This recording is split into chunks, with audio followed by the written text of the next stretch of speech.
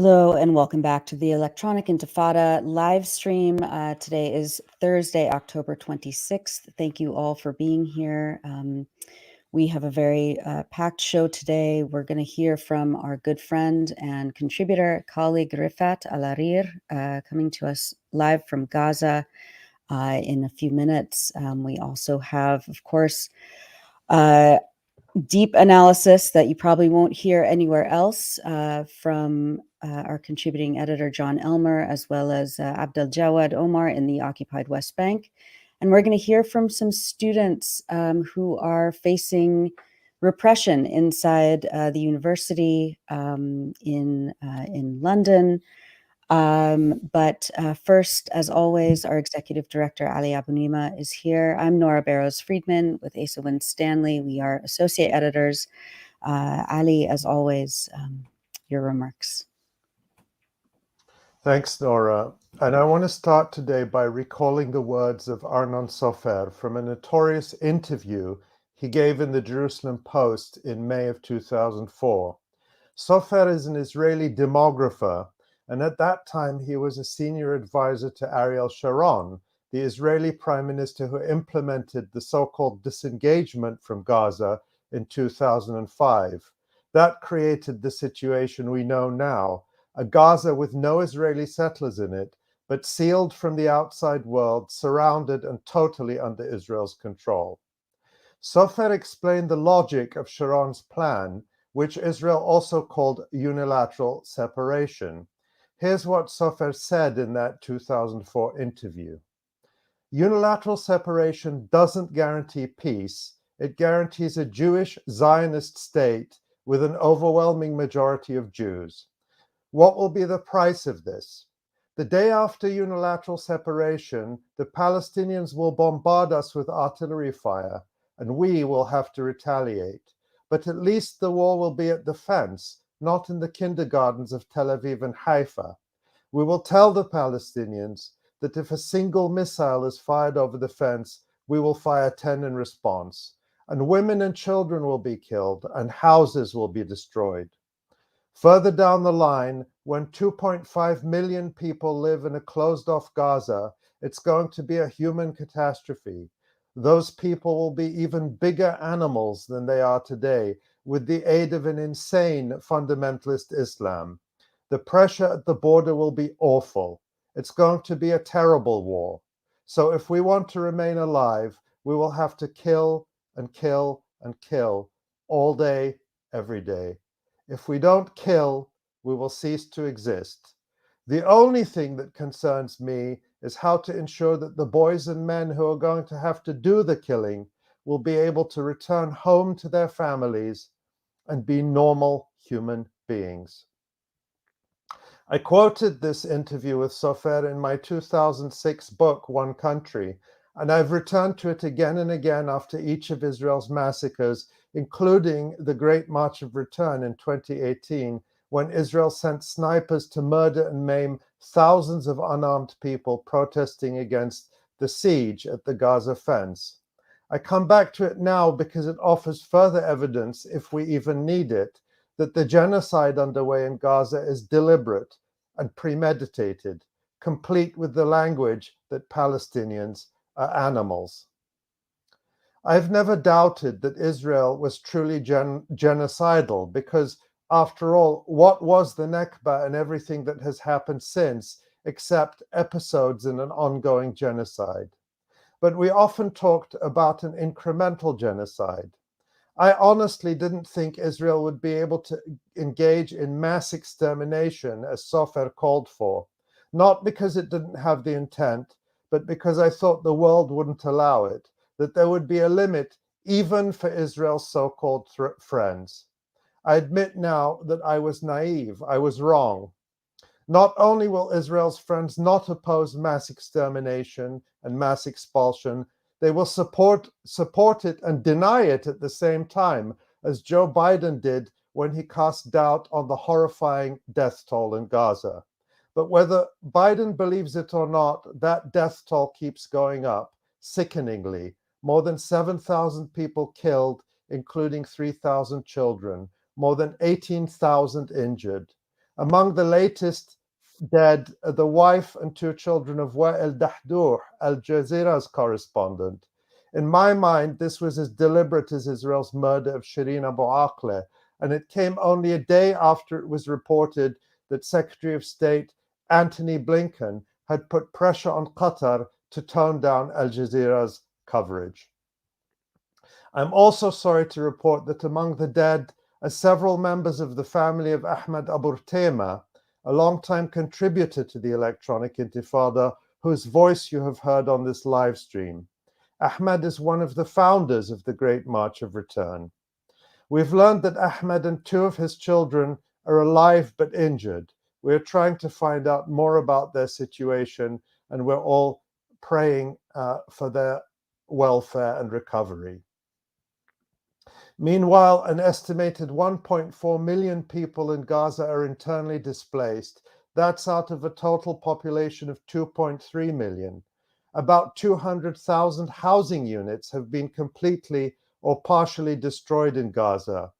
More than 200 educational facilities have been hit, including at least 29 UNRWA schools.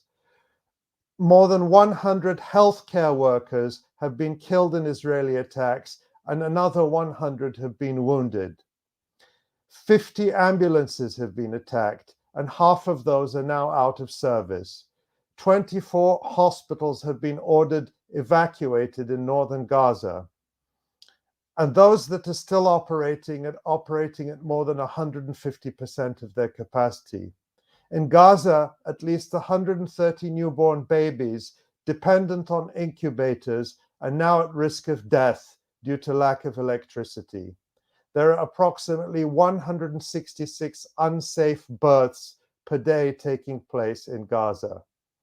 Today, UNRWA, the UN Agency for Palestine Refugees, warned that if fuel is not received into Gaza, UNRWA will be forced to significantly reduce and in some cases bring its humanitarian operations across the Gaza Strip to a halt. The coming 24 hours are very critical. In fact, UNRWA has already abandoned or ended some of its services by abandoning its shelters in the north of Gaza and all the people in them to their fate. As this catastrophe spirals before our eyes, world governments have been divided into 2 camps: those led by the United States, which fully support the genocide, and those which disapprove of the genocide but have done little or nothing to stop it. Reportedly, President Lula of Brazil has described what Israel is doing in this way: it's not a war, it's a genocide that has killed nearly 2,000 children and who have nothing to do with this war. They are victims of this war. And last week, President Gustavo Petro of Colombia spoke in similar terms. There may be other world leaders too who recognize the genocide in Gaza for what it is.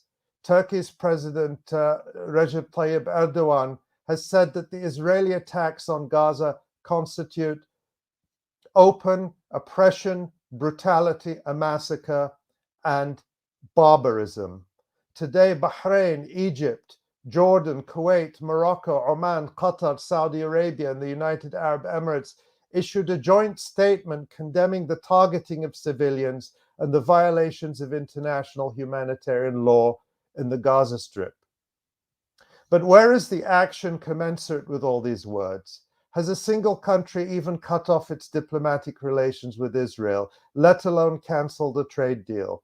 Some of these countries, including Jordan, are reportedly the staging grounds for a major US military deployment in the region, a deployment ordered by Joe Biden to shield Israel while it continues the grisly job of exterminating Palestinian children in Gaza at a rate now exceeding 150 children per day. Today, UNICEF said almost every child in the Gaza Strip has been exposed to widespread destruction, relentless attacks, displacement, and severe shortages of essentials such as food, water, and medicine. UNICEF called for an urgent ceasefire and humanitarian access, as well as for the release of what it calls hostages. UNICEF's regional director Adel Khodr said, "The situation in the Gaza Strip is a growing stain on our collective conscience." I can only agree with that. However, isn't it telling that UNICEF did not even have the guts to name the state that has already murdered more than 3,000 children and exposed every child to life-threatening danger? China and Russia, the two biggest powers in the UN Security Council other than the US, are pushing for a ceasefire, and that is critically important and a hopeful development.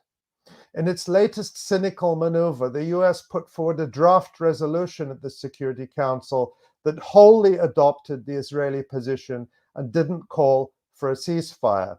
Needless to say, it went nowhere. The semi-official China Daily has excoriated US obstruction of any resolution that could gain support for the rest of the world. Its editorial today says the following: "The position of China and many other countries voting against the US proposed draft resolution is based on facts, law, and conscience. What they oppose is that the draft is evasive on the most urgent issue of ending the immediate hostilities. That is not only irresponsible, but also dangerous. It is tantamount to paving the way for large-scale military actions and giving the green light to further escalation of the conflict. The draft resolution did not call on the parties concerned to stop the indiscriminate and asymmetrical use of force. Such an evasive and ineffectual resolution would do nothing to ease the plight of the people in Gaza. Indeed, it would only worsen their predicament. It is clear that the US is seeking to establish a new narrative on the Palestinian question by ignoring the fact that the Palestinian territory has been occupied for a long time and evading the fundamental issue of independent statehood for the Palestinian people." That's the view in the China Daily. And China's view undoubtedly represents the global majority outside the stubborn, fanatical, racist Western elites whose bitter hatred of the Palestinian people spurs them to support Israel's extermination campaign. There are also signs that Russia is taking a more active role. And today, Russia's government received a high-level Hamas delegation in Moscow, and we must believe that Russia is talking to all sides. We must hope that all these efforts, as well as the ongoing global protests and statements, increase the pressure on Washington to end its support for the genocide. We have to continue to raise our own voices in every place that we can. Stop the bombing, stop the genocide, turn the water on, let the people in Gaza live. Ali Abu Nima, our executive director here at the Electronic Intifada. Thank you so much, Ali. We are going to get into more of the new analysis on some of the points that you just raised in your remarks later on in the show, but we want to first turn to our good friend and contributor, our colleague Rifat Al-Arir in Gaza. Rifat, we're going to bring you on without your camera for your own safety, but we can hear your voice. Can you tell us how you are right now? What is the current situation like, and are you safe? What does that even mean? Thank you, Nora, Ali, Isa, and your guests. Thank you very much for having me. I want to start by quoting Wa'il al-Dahdouh. Wa'il is a friend. I taught his son, Hamza, and I have known him for like more than 10 years. Amazing people, the whole family. When he had to say to bid his son farewell, his family, and we realized later that one of his grandchildren was also killed in the deliberate attack. He said, "These are tears of humanity, not the tears of defeat or fear or cowardice. The Israeli occupation can go to hell, And he used this beautiful Arabic word, ma'lish, meaning it's okay, this shall pass. And this is how we all feel, whether we were personally hurt, whether we lost our homes, loved ones, family members, extended family members. We are experiencing this mixture of horror, unprecedented horror. Wherever you go, I moved to 3 places in the Gaza city, and not one is a tiny bit safer than the other. Not one of them. There is no place in Gaza, wherever you go, that is safe at all. When our home was bombed, it was only a miracle, a godly miracle, that saved more than 25 civilians, mostly children, without a warning, without anything. And of course, Israel and Israelis will always lie. We warned them. We warned them to leave their homes. We sent warnings. We told them to go to the south. And in the south, the majority of the massacres in the past 10 days took place in the south. So there's this feeling of fear depending on who you ask. The children, you know what the word I have been saying to my children, that I have been repeating to my children in the past week? Eat less, drink less. And every time I feel that this is going to be my last word, my last sentence to my children, to my kids. I'm personally well off. Every day I bring home chocolate, candies, everything they want, fruit, vegetables. But now nothing of this is there in the market, in the shops. The shelves are empty. And I keep telling them, drink less, eat less. This is where we are here. This is where we are. Explain, my older children can understand this. But how would you explain to a 7-year-old Amal, who already survived 3 wars, and hopefully she will survive this 4th barbaric genocidal war? How would you convince her that the cookies I got should last us for 2 or 3 days because they were the last packs in the shop? How would you convince her that she should take only one piece, one cookie, rather than 3 or 4 or 5 like she is used to in normal days? But it's not only about food. This is not an aid issue. Palestine, Gaza is not an aid issue. This is an extermination. What Israel is doing is creating, long ago they created the concentration camp, but this is now an extermination camp. We speak about more than 7,000 people killed in 3 weeks, and there are at least 1,500 people under the rubble. Just this morning, a few meters away, there were deafening, massive. We ran out of adjectives to describe how violent, how barbaric these strikes are. And we were staying in a room with big windows to the street, and we had to go to the hallway to hide from the debris because the debris keeps hitting the walls. And it went on for probably 1 hour. And guess what? The first responders, the ambulances, couldn't reach the area until 2 hours late. And just now somebody was complaining, why does the ambulance do this? I said, because they have always been systematically targeted. So with Israel exterminating families, but before the extermination, there is this systematic way to push people into tiny spaces. I was just reading reports about a friend, somebody I knew some time ago, who was killed in 2021. His wife was killed. His children were killed. His parents, his in-laws, his brother, his brother's wife, his brother's children. These are people I know. They live in 3 or 4 different homes, houses, flats.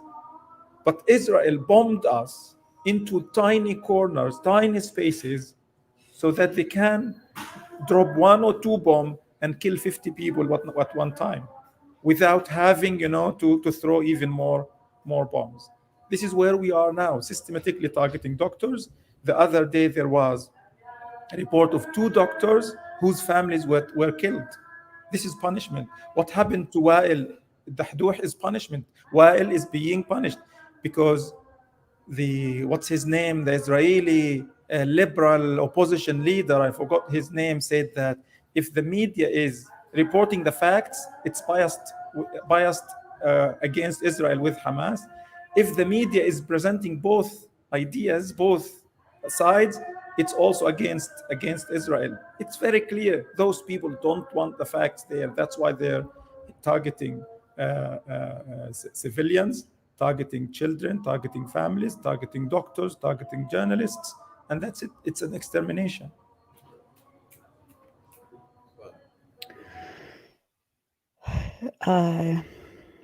Rifat, what is it like trying to get food? We keep hearing of all of these bakeries and markets, one after the next, being targeted by Israeli missile strikes. How are people in your in the place that you are in right now, and also your neighbors? How are people able to get food and water right now? It's too bad that we need to be talking about food and aid, but this is what Israel is turning this issue. In normal days, Gaza imports about 500 trucks, and imports, not Israeli aids, not anybody sending aid. We can import as many trucks as possible.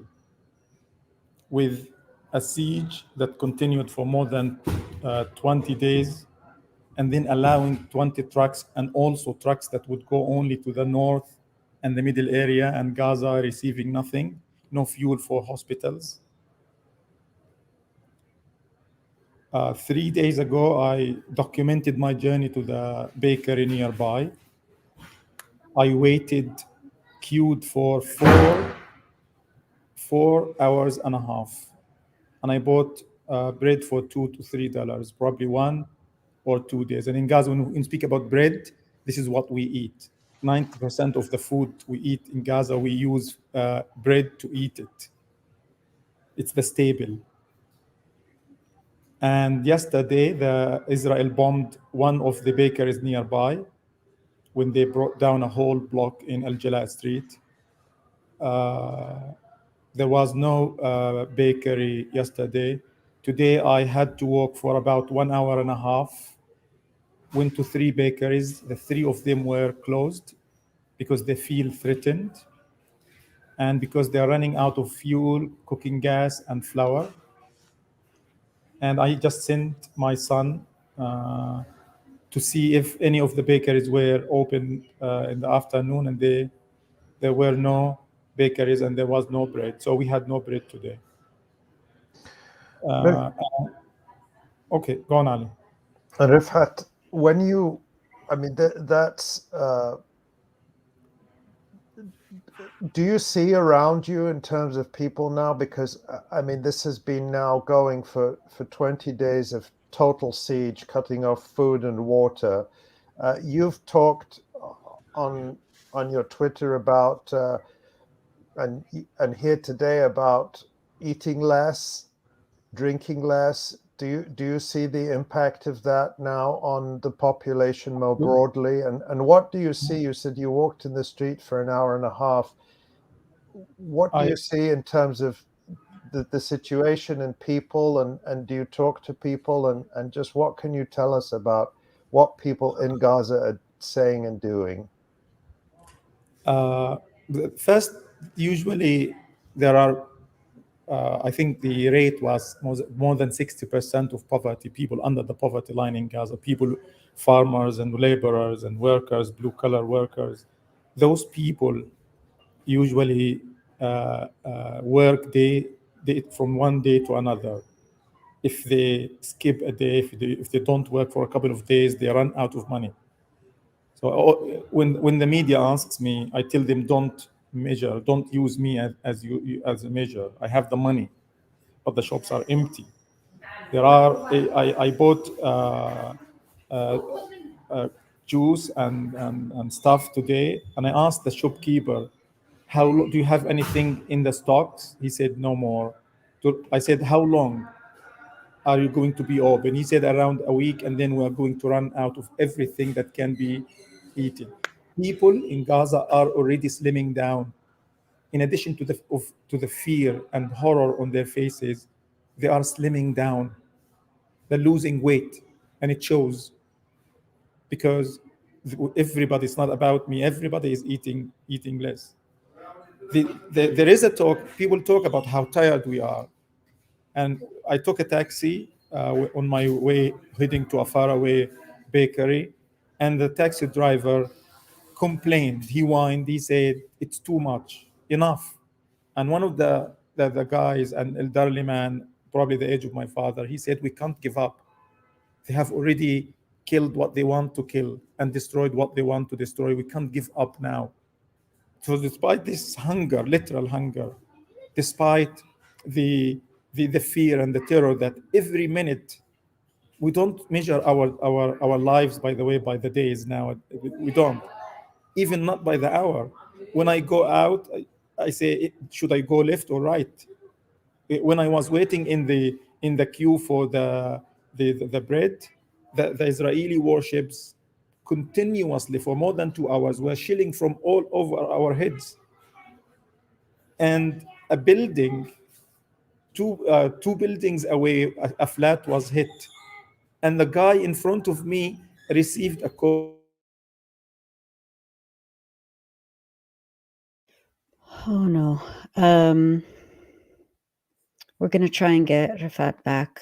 As you can imagine, the electricity situation, obviously, and the connections to Gaza have been, I'm sorry to say, getting much more difficult, and we have difficulty sometimes getting responses from people at all. So it's a miracle that we're able to even speak to Rifat, but I hope we're able to get him back. And just to emphasize that a number of groups have come out, and international lawyers, and this shouldn't have to be said, it should be clear that using starvation as a weapon is a crime against humanity, and that's what Israel is doing when you cut off food to 2.3 million people, half of them children.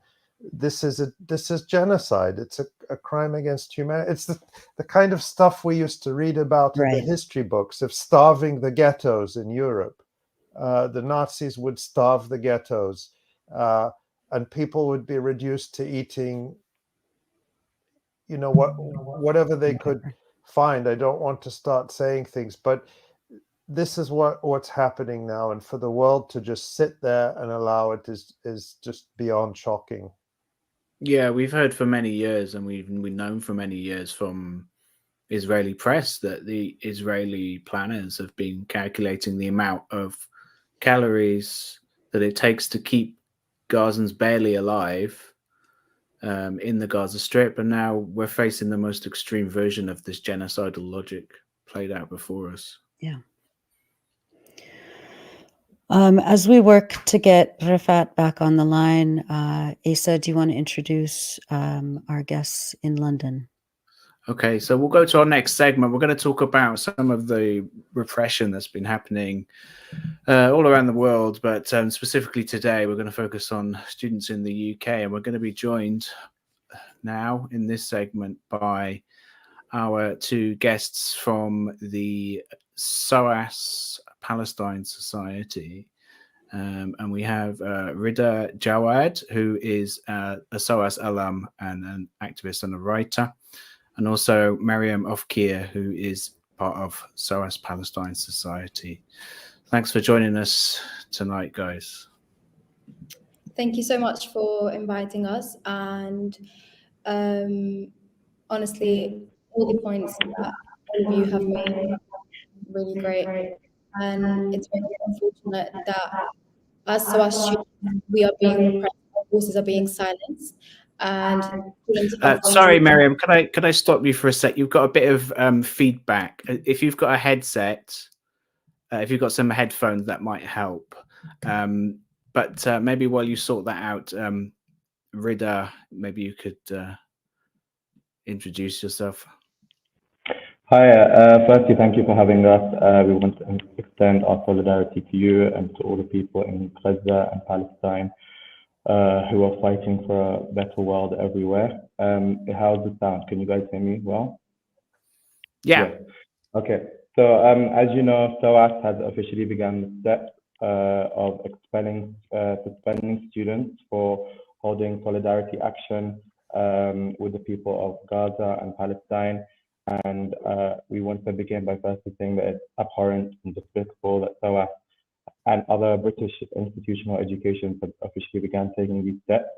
I mean, we already know that SOAS students and British students already pay an extortionate amount of money for tuition fees. And now they are being barred from attending lectures and classes simply because of holding a solidarity action following the events of early October.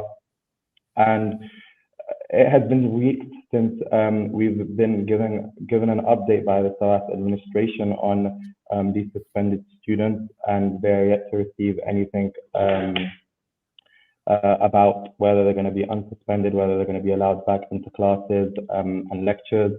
And we see this as an attempt to create a sort of informational gap to students and to try and bar members of the Palestinian society and the student body at large to get involved in further action in solidarity with the people of Gaza.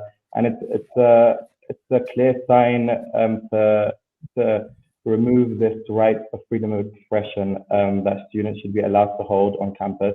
Our actions are always peaceful. We always follow protocols and guidelines given to us by the SOAS administration.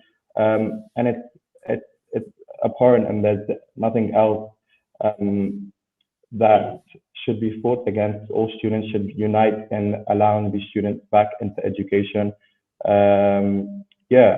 Mariam, how's your sound doing now? Hi guys, can you hear me properly?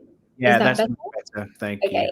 So as my friend Rida has mentioned, SOAS students, to be honest, all students across the UK, across UK universities are facing punishments. Our voices are being silenced, and especially here at SOAS, what has happened is that during Freshers Week, which is the beginning week of the year where students come, new students are here, they're joining societies and so on. UJS, which is a Zionist organization, has been invited onto our campus by SOAS management, which is and just sorry, Mariam, and that's the Union of Jewish Students, which, as our reporting has shown, and Asa, correct me if I'm wrong, has been actually funded by the Israeli government. So that's right. Yeah. So whereas the embassy in London, the Israeli embassy. So whereas the UJS presents itself as being just about representing Jewish students, this is actually an organization that advocates on behalf of Israel and has even been funded by the Israeli embassy. And also, just for some of our listeners who are outside the UK, I think it's just important to mention that SOAS, the School of Oriental and African Studies, is considered a major world academic institution focusing on the Middle East and Africa and Asia. And so you would think and it's also supposed to be a really progressive university, allegedly. And from what you're telling us, students are being suspended from their university for the alleged crime of expressing solidarity with Palestinians who being genocided in Gaza. And you know of specific cases of your friends and fellow students this has happened to. Actually, as you've mentioned, UJS has ties with Israel, but also beyond that, one of their aims as an organization is to bring Israel to campus, and you can see this on the website. And bringing Israel to our campus to our university, what this means it's directly targeting Palestinian voices, Palestinian students, Palestinian societies, therefore our committee and our society as a whole, but also bringing Israel to campus. The fact that this means bringing the same Israel that has been targeting Palestinians and oppressing them for over 75 years, it means bringing the same Israel whose politicians, whose social media accounts have been referring to Palestinians as human animals, as children of darkness, means bringing the same Israel that is built on the suffering, on the blood of on Palestinian lives, and the same Israel that is using white phosphorus and committing war crime upon war crime on over 2 million Palestinians that are living under an illegal blockade in Gaza. This is the same Israel that UJS was attempting to bring onto our campus under our name, because this is our university, this is SOAS management under the leadership of Adam Habib decided it was a good idea to bring UJS to our campus, not only obviously targeting us, but also showing the engagement and normalization with Zionist organizations.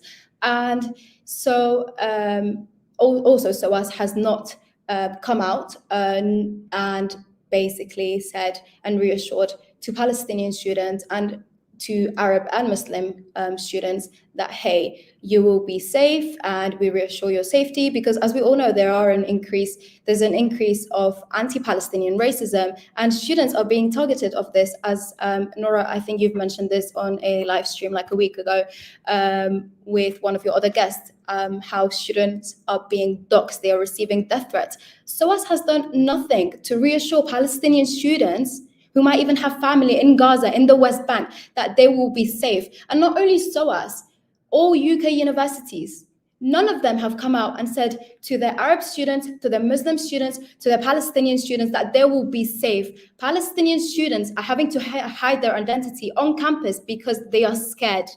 This is what it has come to. And back to the suspensions and to the warnings, what has happened is that SOAS management has been giving warnings and suspensions to students, not only from our committee, but even beyond that. Students are being targeted for expressing solidarity with the Palestinians in Gaza and Palestinians in the West Bank, Palestinians across the diaspora. And this is an attack on students and an attack on freedom of speech. But especially coming from SOAS, it's insane. Mariam, can you what kinds of activities are students being suspended and punished for? Is it for holding rallies? Is it for expressing opinions online? What are the sorts of activities that they're trying to dissuade and punish?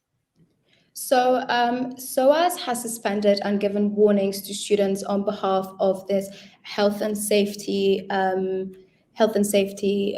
excuse, I would say, which says that students did not follow the guidelines and rules of SOAS, as there was we were having a rally on the main steps, and then we moved to the green space. And apparently we were not following guidelines, which is not true. It's not true. They have also, this is not the first time that we've been targeted. Throughout the years, SOAS has repressed Palestinian voices and Palestinian students, especially from the Palestine Society Committee. And a great example of this actually is through securitization. SOAS employs so many security officers from private security companies that come around on campus with body cameras, recording students without our consent, targeting students, and so on and so on. So it's actually not the first time that SOAS has done this. And thankfully, we have a petition where we received over 3,000 signatures, which is amazing. Over 3,000 people are on the right side of history. Over 3,000 people know that we are basically being intimidated and targeted and silenced. And no matter what they do, this is not obviously just SOAS University, as I've said, it's across all UK universities and even beyond that. No matter what they do, we will not be silenced, because what's going on in Gaza is a genocide. What's going on in Gaza is illegal, is against human rights. Palestinians have a right to live. And no matter what they do, we will not be silenced, and we will continue to show our support for the Palestinians. I want to show you something. Tamara Nassar, who's always in the background making this machine work so smoothly. Tamara, can you put up this web page for people to look at?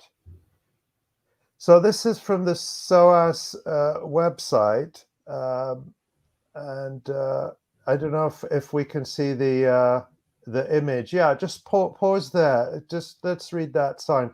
This is from the SOAS website, and it's their page highlighting what the university is doing for Black History Month, and they have a photo here which is very inspiring, and it says, if you're neutral in situations of injustice, you have chosen the side of the oppressor. So that's the public message that SOAS is putting out, saying that they support marginalized people fighting on behalf of the oppressed against institutions of power, and that neutrality is bad. So, but as SOAS students, is the university living up to that, and other UK universities living up to that, or is this just branding and marketing? Look how cool we are, but when the oppressed actually do stand up and speak, they're punished. This is completely correct. I mean, it's already been mentioned. SOAS, School of Oriental and African Studies, Edward Said specifically named SOAS as a colonial institution in his book Orientalism. It's no surprise that it's continuing its colonial legacies today. Under the leadership of Adam Habib, a new management has come into place at SOAS, and you can see this hyper-securitization taking place on campus. SOAS has spent over £600,000 in security costs in the space of 5 months last year, from September to March. It's a clear sign to silence any voices who are in support of Palestinian, in support of the Palestinian struggle. This is just, if you are neutral in situations of injustice, it's just, as you've shown, Ali, it's just an image to show to the people, when in reality it wouldn't be barring suspending its own students from classes, and it's absolutely disgusting. It goes back to this, and actually under the leadership of Adam Habib, who was also director at 𝐓𝐡𝐞 University in South Africa, as they were protesting for free tuition fees, as there was an increase in tuition fees back in South Africa, he actually resorted to hiring private security forces on his own students, which they fired rubber bullets on students, and many were injured and hospitalized. And now he's the director at SOAS. It's not surprising at all. And it goes back to the idea, the struggle for academic boycott, and how British universities are also complicit in upholding Israeli apartheid and Israel's colonial tactics it's using against the people of Gaza and Palestine. And we learn from the struggles of previous national liberation groups, such as that in South Africa, and their focus on academic boycott in the fight against apartheid.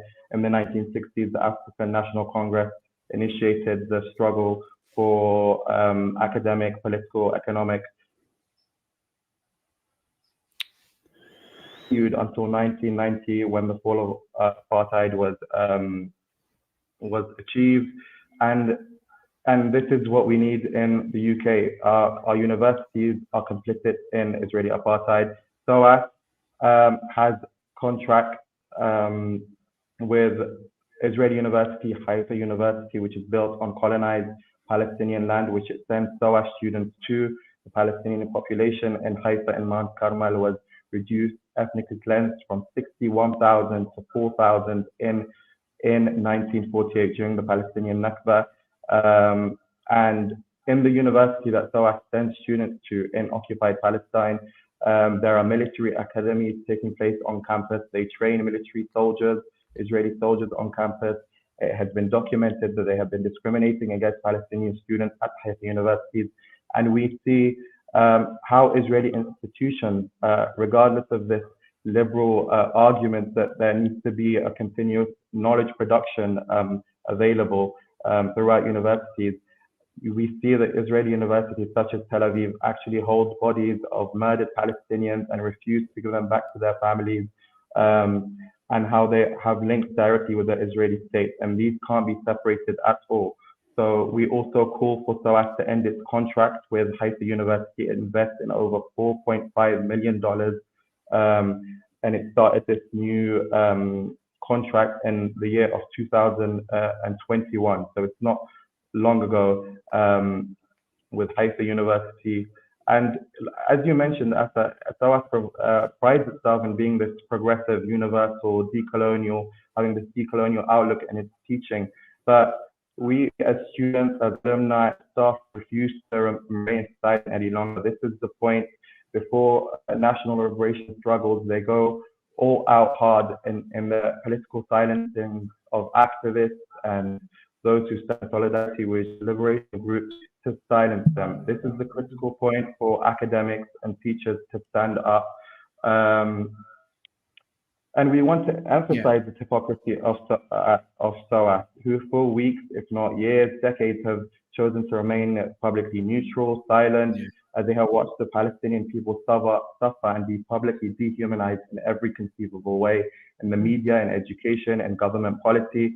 You cannot continue to teach about topics about the Middle East and topics such as colonialism, decolonization, and become specialists and experts on and creating accomplished academic careers on these profiles while remaining apolitical, neutral, politically spineless, and feeble, even at attempts at showing solidarity. We need something more than petitions, than statements to take place. Our lives here in Britain are not detached from what goes on around the world and in Palestine. We will not allow for Western academia to whitewash, co-opt, or illegitimately redefine the struggles of national liberation and the struggles of colonized people. The struggle in Palestine is one of the most explicit forms of colonialism still taking place, and we demand that our students, academics, teachers take a firmer stand and join us in being on the right side of history. We will take a stand. Absolutely. Thank you so much, Rida. And we need to wrap this segment. We thank you very much for joining us. But we've got to go back to our friend 𝐓𝐡𝐞 in Gaza soon. But just very, very quickly before we do, one quick question for Miriam from our viewers, from one of our viewers, if I can get it up on the screen here. It's who's being targeted? I mean, obviously without naming names, but is it, are they targeting people who, are, Arab and Muslim students essentially, or people who are on visas and things like that? Are they targeting people who are somehow precarious? So thank you for that question. I think it's a great question. SOAS is targeting actually any student who has been proudly on the right side of history. That being said, that means any student who has been showing solidarity with the Palestinian cause. So actually, it's not just members of the Palestinian Society Committee that have been targeted, including myself, but it actually goes beyond that. And it's, it's very ironic because SOAS not only benefits, as you've mentioned, from this aesthetic, I would say, of being anti-imperialist and progressive and so on, but it's also targeting so many students, some of these students who actually are dealing right now with it in a very stressful way. They have severe mental health issues, and this is obviously not only affecting them mentally, but also, in the sense of their education is being targeted. So it's actually not just Arab students or Muslim students or Palestinian students. Any student who has been showing support for Palestine has been targeted. They have been suspended or given warnings, and that's really the truth of SOAS. Okay. Amazing. Thank you very much, guys. The ticker is there on the bottom of the screen for our viewers. The petition that was mentioned earlier is there, so people can go there. And thank you so much for having us on. Thank you both. much. Thank you. Thank you both. And we're obviously going to keep tracking the stories, not just, from one university in one city in the UK, but this is happening across the UK, across Europe, and of course in North America. Just yesterday, Florida's Governor Ron DeSantis issued an order effectively demanding that universities ban chapters of Students for Justice in Palestine. So this is going to be an ongoing fight. It's important to say that this is an attempt to really criminalize support for Palestinian rights and to equate support for Palestinian rights with terrorism. Right. And so Governor DeSantis's order in Florida, although almost certainly unconstitutional, plays the role of stigmatizing students and anyone who speaks up and putting them in fear. Exactly. And this is really an old story, but it's now really on steroids. That's right. So we're going to keep watching that. We do have our good friend 𝐓𝐡𝐞 back on the line. 𝐓𝐡𝐞, are you there? We still can't hear you. Sometimes there's a delay. So Hello. Okay. Yes. Hi. Hi. I don't even remember where we left off. 𝐓𝐡𝐞, if you can just for a few minutes. When the students were talking about their university and the criminalization of speaking up and standing up for Palestinian rights and speaking up against Israel's genocidal attack on Palestinians in Gaza, you're also a university teacher, you're a professor, you're a writer, you have students, you mentor writers, and there has been zero solidarity or any sort of statements by these elite European or American or Canadian universities. Which all immediately, by the way, cut off ties with all Russian educational institutions. They all indignantly cut off ties with, also IUG, the Islamic University of Gaza, has been bombed. Yeah.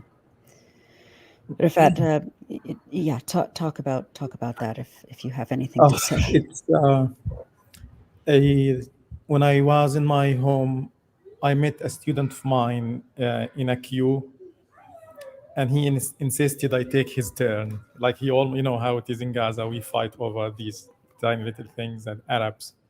I said, there's no way I can take your turn. We're here, we are equal, we are here together. And incidentally, 3 days ago when I was queuing here, I saw another student of mine that I'm teaching poetry, and he was way behind me, and I almost fought with him to give him my line, my turn, and he was so surprised because it's different. Everything is upside down, and I said I'm serious. I want to give you my place. He said, there's no way. I wish I have a place ahead of you so I can give it to you. And there's this thing when he says, you know what, I spent some of my time studying the poetry course, and I was like, please cut it out. You're all going to pass. You don't have to worry about me being strict and the quizzes and the exams. Let's first live, let's first survive. And then we're going to be like this together, hopefully survive together and build together. And I saw a female student of mine in the UNRWA school. And these 3 days we spent, because you need to, and I think this is not highlighted already. I hope I can write something about it. The schools, the UN schools in Gaza City are abandoned by the UNRWA. The employees there are there at their own risk. The UNRWA doesn't send food or water or anything. It's only charitable people that do this. The situation is extremely humiliating, unsanitary in every sense of the word. It's not fit for humans. And I saw a female student, one of my students, and just was a brief eye contact. She looked away and I looked away, and I wish I could do more. And then yesterday, I said, what can I do to my students? Because they are my kids. They are my children. I feel helpless.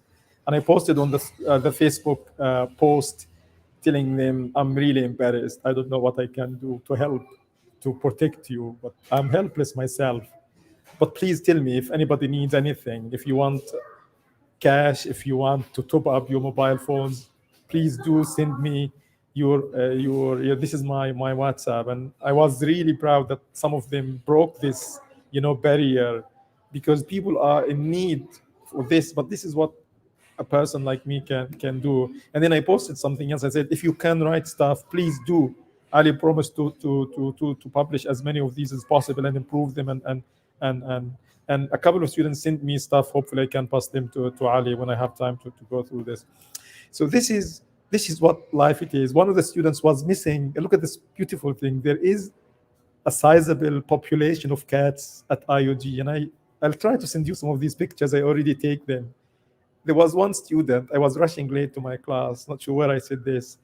And there was one of my students feeding the cats. And I was like, you're late to my class. She said, can I be late 5 minutes? I want to feed the cats.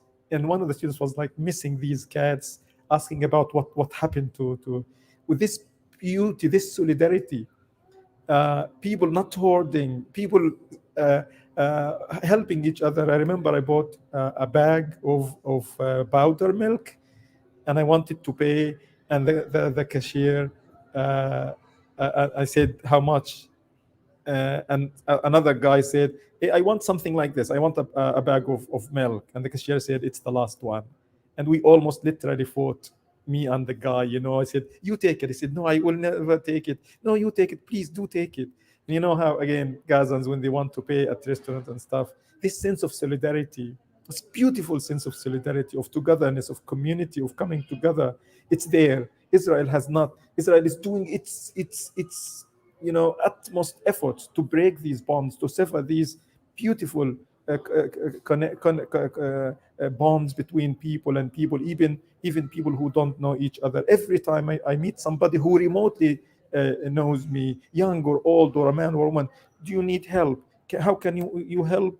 How can we help? And I say the same thing to them, despite the fact we are all displaced, we're all suffering, we're all paying a heavy price. So against this beautiful sense of solidarity, when we are abandoned by universities, by academians, by academic institutions, those who make money on our pain and suffering. There was somebody who said, give a couple of years and those people are going to be submitting proposals for grants about genocide, about discourse, pre-genocide, before, during genocide, and they're going to make money and write research about us. And one of the first institutions to be destroyed was the Islamic University, because Israel wants us ignorant.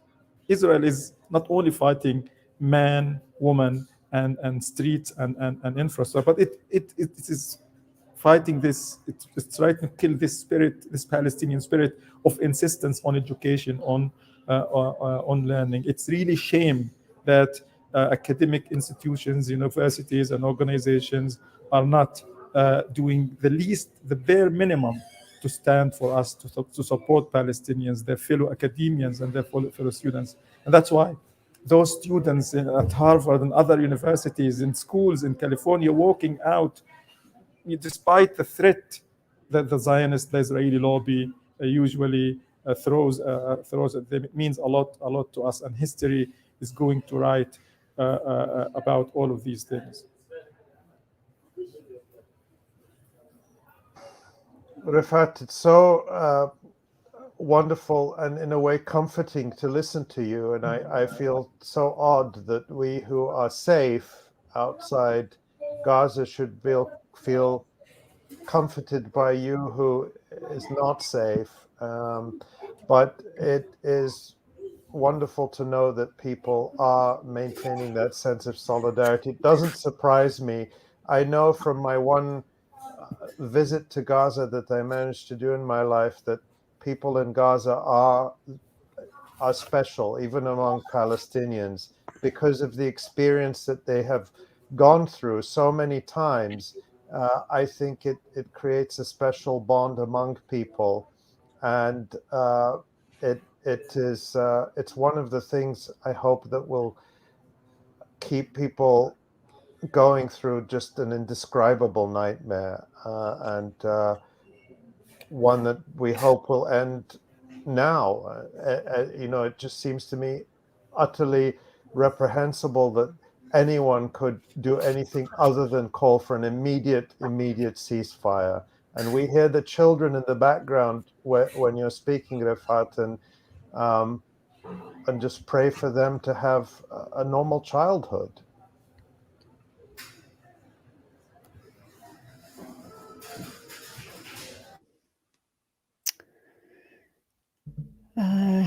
Rifat, are you still there?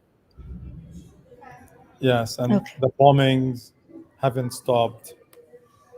I don't think there was a minute of calm in the past probably 48 hours. It hasn't happened. This is escalating, destroying whole blocks in Gaza, in Rafah, and in the north, in the south, but mostly in the south, in Rafah. And I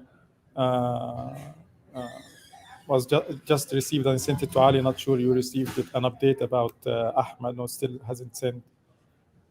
His brother replied to him, said, I am Ahmed's brother. He is injured, but his son passed away along with 5 of his family members when their home was destroyed. This is Ahmed Abu Tema, Electronic Intifada contributor. And I think Wafa has more information. She says that Ahmed was in critical condition, but he's now stable.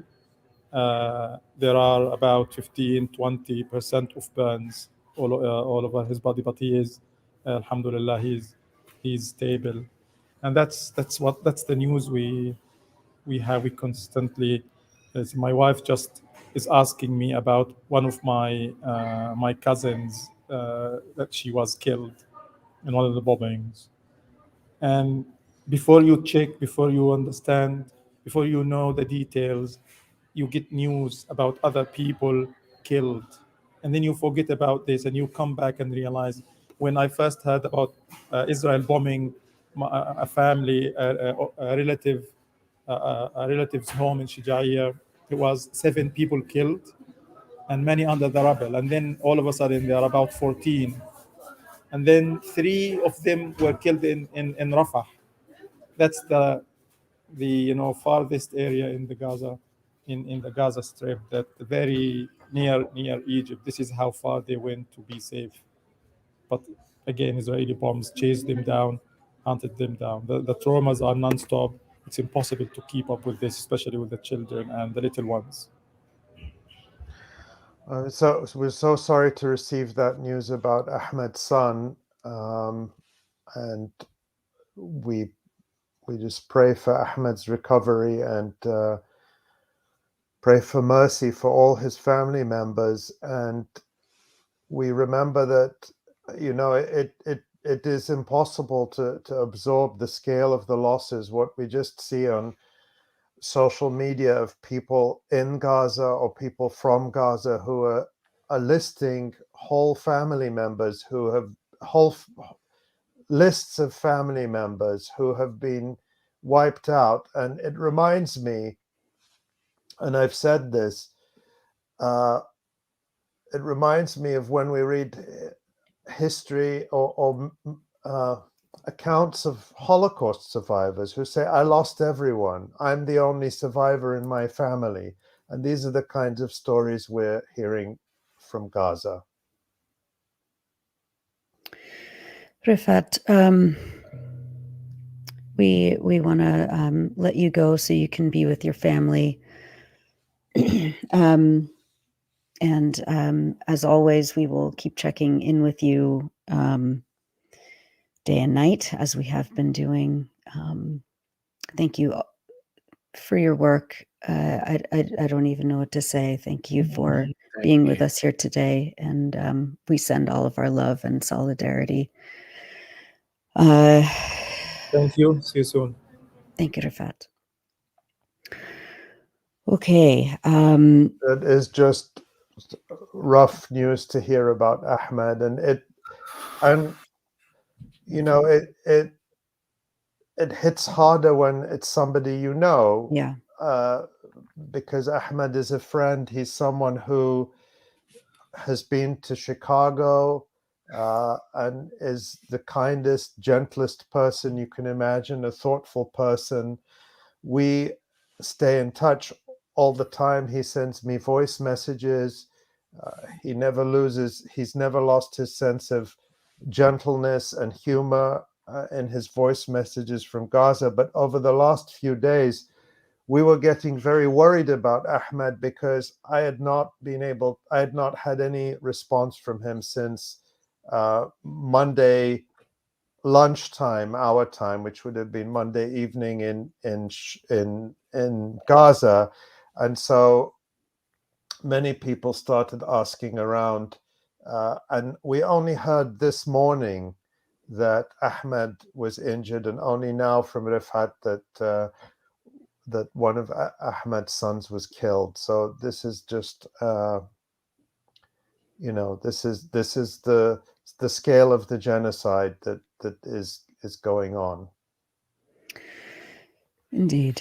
We're going to bring on John Elmer, researcher and now contributing editor to the Electronic Intifada, as well as 𝐓𝐡𝐞 𝐄𝐥𝐝 in the occupied West Bank. 𝐓𝐡𝐞, let's start with you. First off, you've been listening to Rifat, his testimony from Gaza. Your initial thoughts on the last few days of attacks on Gaza, as well as in the West Bank, which is obviously being overshadowed quite a bit by what's happening in Gaza. But we're seeing sweeping arrest campaigns. The number of Palestinian detainees and people in jail has apparently doubled in the last 3 weeks. And we saw yesterday our colleague Tamara Nassar published a report on airstrikes, once again killing people, children, yesterday in Jenin. So tell us what's going on from your point of view there. Well, I mean, in terms of what Rifat just told us, I think it's very hard to put, the pain, the shared pain across Palestine in this moment into words. A lot of feelings come through as we witness this horrendous air campaign being launched at Gaza, with all its with the inability for people to actually even mourn, because they're always mourning. There's always the next event and the next bomb. And I was just reminded by some of the Western intellectuals that, at the beginning of the events talked about mourning, like Judith Butler and other people, that we don't even have that privilege to mourn in Palestine. We don't even have that privilege to actually just sit down and cry, because we're just worried for the next bomb. That's the first thing that came to mind as Rifat was talking. And I mean, these feelings are, always present in this moment of horror. But I think it's not the sort of sadness where people are giving up. It's the sort of sadness that, you still have a will to fight and a will to continue, as long as it's possible to continue. So I think that's the situation in Gaza, but also the situation in the West Bank.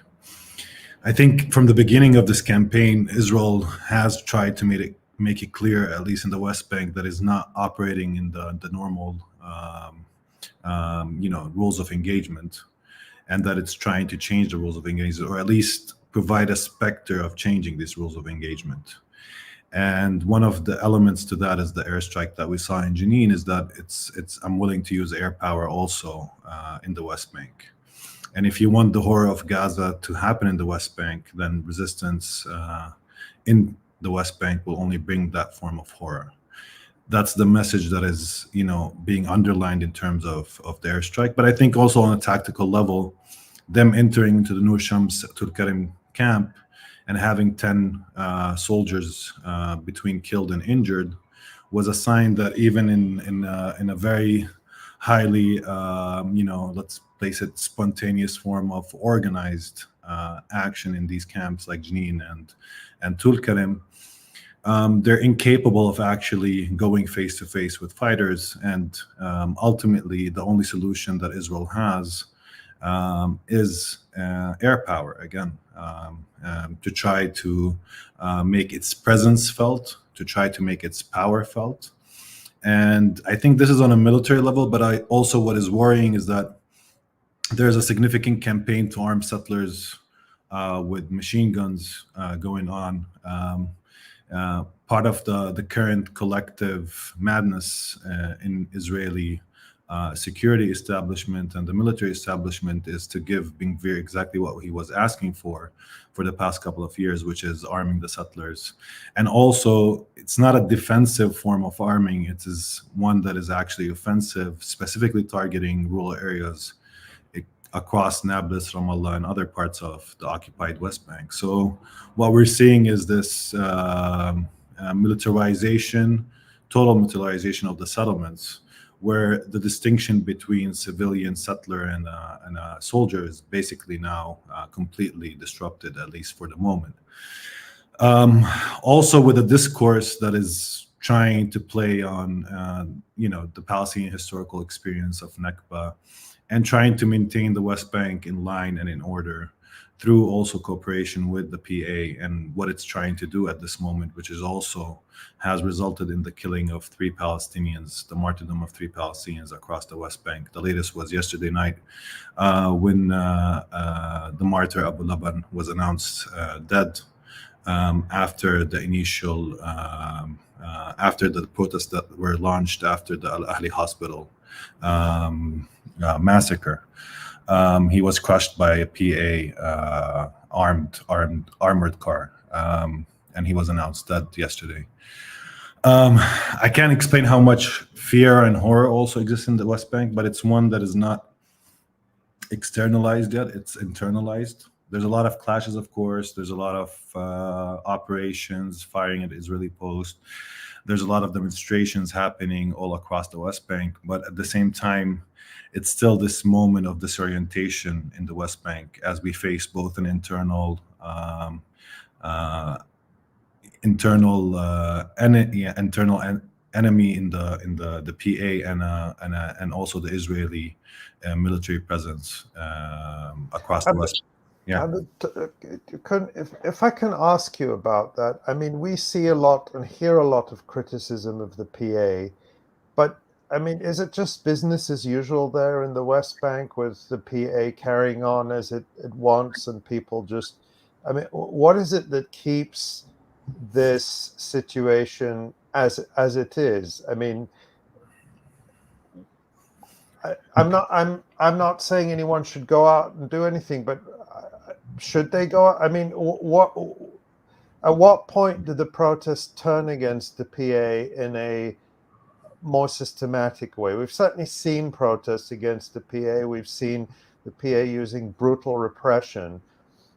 Is it that fear you spoke about last time of civil war that keeps people somewhat restrained from confronting the extent to which the Palestinian Authority is a bitter and mortal enemy of the Palestinian people, a partner in the crimes of the Israeli occupation, a partner in the genocide in Gaza? Because when Abbas attends meetings with international officials, with European officials, or I don't know how many American officials he's met recently, but certainly with European officials, when he receives European officials who support the genocide in Gaza, isn't he giving them cover to allow them to say, oh, we're talking to everyone and we're engaging in diplomacy? I mean, am I just someone who's out of touch sitting in Chicago? What's your response to that? I mean, my response is it's multi-layered, because I think look, in the West Bank, there's no real organized movement that has been able or managed to establish itself in opposition to the PA beyond what happened in the Northwest Bank in the past couple of years. So the middle classes and upper classes in the West Bank that usually played a historical role of providing a discourse of the struggle, of actually building, if you want, the idioms, the discourses of what needs to be done, raising that question of what should be done. This is a very shattered class. It's incapable of organizing itself or mounting a challenge. And at this moment, it's choosing silence, a horrific form of silence. To be honest, Ali, I'm similarly frustrated with the situation here, because I think there is that kind of tacit complicity where we externalize our anger at the PA, but we're secretly also, kind of happy that what's happening in Gaza. I wouldn't say happy, but just that the PA is kind of, through its collaboration, preventing what's happening in Gaza to happen in the West Bank. So it becomes this form of posturing where we say the PA is a collaborationist regime, the PA is doing that and this and that. But at the same time, I think with most people in the West Bank right now, it just stops at that. There's a lot of anger, but at the same time, we don't see a lot of action. And it only comes from people who are from the lower classes, a very radical orientation towards political action. But the middle class that played this historical role is vastly missing from the fight. Very few voices. Not a single Palestinian political party has issued a statement against the PA until now, at least from the Palestinian National Movement. Not a single collective of intellectuals has done so. Not a single, there's very few signs that anybody is moving towards that direction, at least on the level of the middle classes. So what we get is spontaneous bursts of anger, but without the ability to organize a movement. There's a lot of historical, sociological reasons. I don't want to go into it. Also, partially why Gaza, was able to create, this organized resistance movement after the Second Intifada, and why the West Bank went in another direction completely. But, I think that we still are incapable of dealing with this Trojan horse amidst us and significantly challenge it or weaken it, or at least think in the present. And I think that's one of the tragedies of the West Bank, that it's totally caught in the past, where it's kind of reached a point of this kind of post-political, post-Palestine society. And this is not to speak about everybody, because there's other signs in the other direction. But what I mean by that is that what is happening now is that, Palestine has become a lost object, where we fell in love, we maintain this hope, but we still feel like Palestine is lost. And in the West Bank, that form of feeling permeates Palestinian society. And we're incapable of thinking what happened on 7th October, that Palestine is actually possible, that reclaiming Palestine is actually possible. And I think the PA is challenging that through conspiracy theories and through, talking about the horror of what's happening to Gaza, and why its policy is a better policy, because it gives us a semblance of safety and other things. It plays on these fears and anxieties that exist on people. But I think the vast majority of the intellectual classes, the political class in Palestine, even those seemingly in opposition, are not able to garner the language to oppose the PA politically, discursively, or otherwise on the street through organized movements. And this is a historical problem. And if in the West Bank we don't think the political moment, the political present as it is, as what happened on the 7th October is something where Palestine can be reclaimed, then we have a deep, big problem here. And I think this needs to be a wake-up call for everybody in the West Bank on all fronts. And to be honest, my diagnosis is not as hopeful that this is where the direction is leading. Yes, fear of civil war plays a role. Fear of PA muscle plays a role. Fear of being caught in, PA prisons or being killed plays a role. All of these things, I'm not saying that it's only a form of, tacit consent. There's a lot of also violence around why people are, horrified and silenced and placed in this perpetual feeling where they feel individualized, like little atoms with no organized sense of feeling. So there's a lot of violence around that. And among them is the current arrest campaign that Israel is launching across the West Bank, which is ironic because it's also a bit unimaginative. It's very short-term thinking, because what it's doing, it's also getting all of the people who are in opposition to the PA, people from Hamas, to meet when they haven't met for the past 10 years. So that's what it's doing. It's actually creating a situation where everybody who has anything to do with political opposition to actually meet in prison and talk with all the prisoners that are already existing there, and with the knowledge that they're most likely that we will see a massive release of prisoners in the coming period. So I mean, it's short-term thinking, but they're doing it because they're afraid the West Bank will propel a challenge, and that's why they're doing it. But anyways, I don't want to talk too much, but yeah, that's what's happening, at least in the West Bank currently. Yeah. Thank you. And John, your further analysis on the prisoner situation, I know you've been watching that very carefully. What can you say about not only the sweeping arrest campaigns, the doubling of the number of prisoners and detainees, but also how does it fit into the context of what we're seeing happening in Gaza? Yeah, I mean, the same thing happened when 𝐄𝐥𝐞 𝐄𝐿 was captured in 2006. The Israelis went on an arrest spree with the idea that they're increasing the numbers that will make their prisoner exchanges more palatable or possible, I guess. Abdel Jawad is exactly right. It's just an opportunity for people to meet. And we all know or assume that they're all about to get out. I mean, even the ex-Mossad chief said that, the prisoners are going to be released. That seems to be a given. So Israel's just trying to stack up chips in this callous game that they're playing. And the ability to meet in prison can't be underestimated. I mean, it's an excellent point, and it's something that should be kept in the forefront. The Palestinians, their movements in a lot of ways are born and entrenched in the prisons. The prison leadership is in many cases the senior leadership in the movements.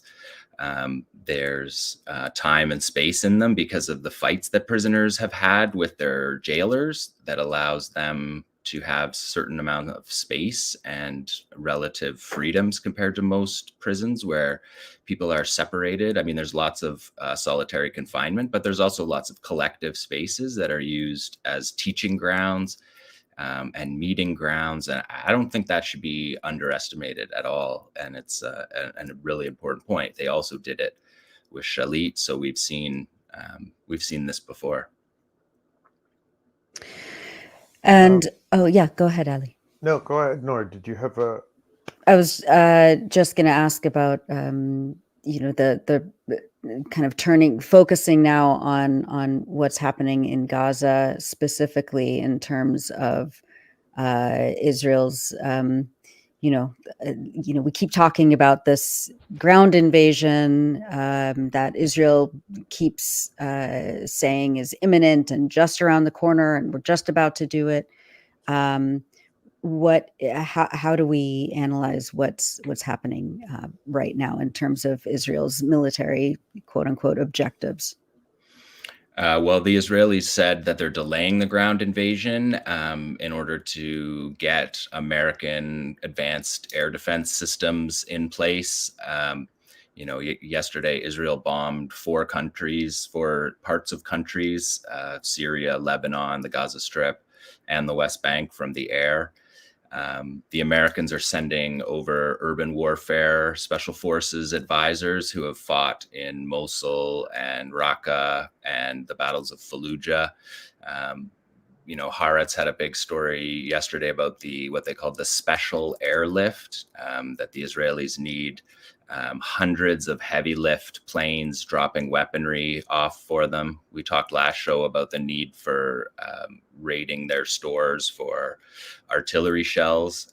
And we're getting delays in this ground operation that we've seen include Netanyahu and Biden coordinating the messaging, right? Biden saying that the numbers in the hospitals are not accurate. And then this morning, the IDF spokesperson says the numbers in the hospitals are not accurate, as if they're literally reading off the same piece of paper. But they're sending these special forces advisors. They're sending a second aircraft carrier strike group with all its destroyers as escorts. They want advanced missile defense systems because U.S. forces were targeted the other day in Iraq and Syria. And they're worried about a two-front war with Hezbollah. So they need to get sophisticated air defense systems into Israel as well. It's not just getting them into the American forces in the region, but American forces in the region, as we know, are significant. There's significant American forces in Iraq and in Syria. And of course, Jordan is basically an offshore base for American troops. There's lots of targets. It's a target-rich environment, and you have tens of thousands, more than 100,000 allied fighters with Hezbollah in Iraq that have American forces within reach. Of course, you have the Iranians have American naval assets off of their coast, very close to them. The possibility for this to escalate really quickly is in place. And I think you see the Israelis stalling. The Reserve Golani Brigade general wrote a letter to Netanyahu yesterday talking about the defeatism and that it makes it look like the army's not ready and is disorganized after this massive defeat. And the general was talking about the fighting courage of the Israeli army, and the examples that he used were from before his lifetime. He cited the last time heroic Israeli soldiers was 1973. He didn't mention any of the wars in the last 25 years, which often end in what sure looks like a defeat to most of the world. And so I think the Israelis are delaying because they're not ready for what awaits them in the Gaza Strip. They weren't ready for it on October 7th, clearly. And it's the same systems, it's the same soldiers, it's the same command and control, it's the same technological network that was just shown that it could be defeated so swiftly that we have conversations about what happened after the defeat of the Israeli army in the south. So I'm not personally super surprised that they're delaying this ground operation. I think I've said from the start that I expect cowardice and I expect that to continue. The aerial bombardment, the cutting off of food, people starving in the Gaza Strip. That's more what I expect. The face-to-face fighting on the ground, that seems, like I've said before, the record of that is very thin. We're at the point of speculating, so you want to be careful when we're doing this. But the Israeli army trains, but they don't actually fight. But I want to ask you a couple of things, John, including going back to something we talked about last time on Monday. But first thing is, of course, we had on Monday night, we had the release of two elderly Israeli women from Gaza. They were returned home, 𝐄𝐥𝐞 𝐄𝐿IVshitz and Nurit Cooper. And there was this extraordinary scene, this video. This is the video that was released by Qassam showing their release. And then, they're given tea and so on. But then there's this extraordinary moment where that's 𝐄𝐥𝐞 𝐿IVshitz, who's 85 and who is living in a kibbutz near the Gaza border. And so she's being handed over to the Red Cross, and she turns around, pauses, shakes the hand of the Qassam fighter, and says shalom to him. And that video, of course, is now quite famous and caused a lot of in Israel. Then she gave a press conference, John, on Tuesday from the 𝐓𝐡𝐞 Hospital in Tel Aviv, where she was examined. And she was asked, well, this has now been widely reported. She said that it was very frightening being taken prisoner and being carried on the back of a motorcycle, and it was extremely painful. And it sounds like an absolutely horrifying experience, particularly for a lady of that age. But then she talks about being taken into a spider web of tunnels. We'll just hold on to that for a second, Tamara. She says a spider web of tunnels and a big hall as part of this tunnel network. We'll come back to that. Just hold that thought. But then, Tamara, come back to that video where she was asked why she shook the hand of that fighter. This is what she says. Go ahead, play it. Let's play it.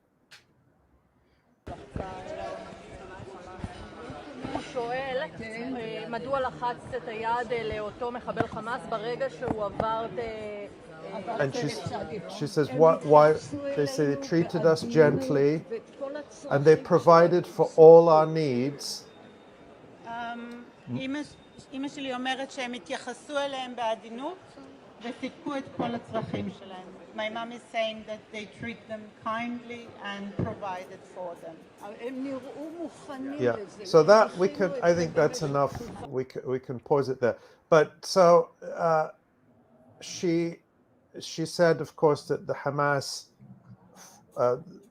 fighters that they treated the captives well, that they ate the same food as they did, they provided them with medical care and so on. So that caused a huge backlash in Israel. We've had journalists and apparently officials of the propaganda the Israeli official propaganda Hasbara, saying she shouldn't have been allowed to give a live press conference.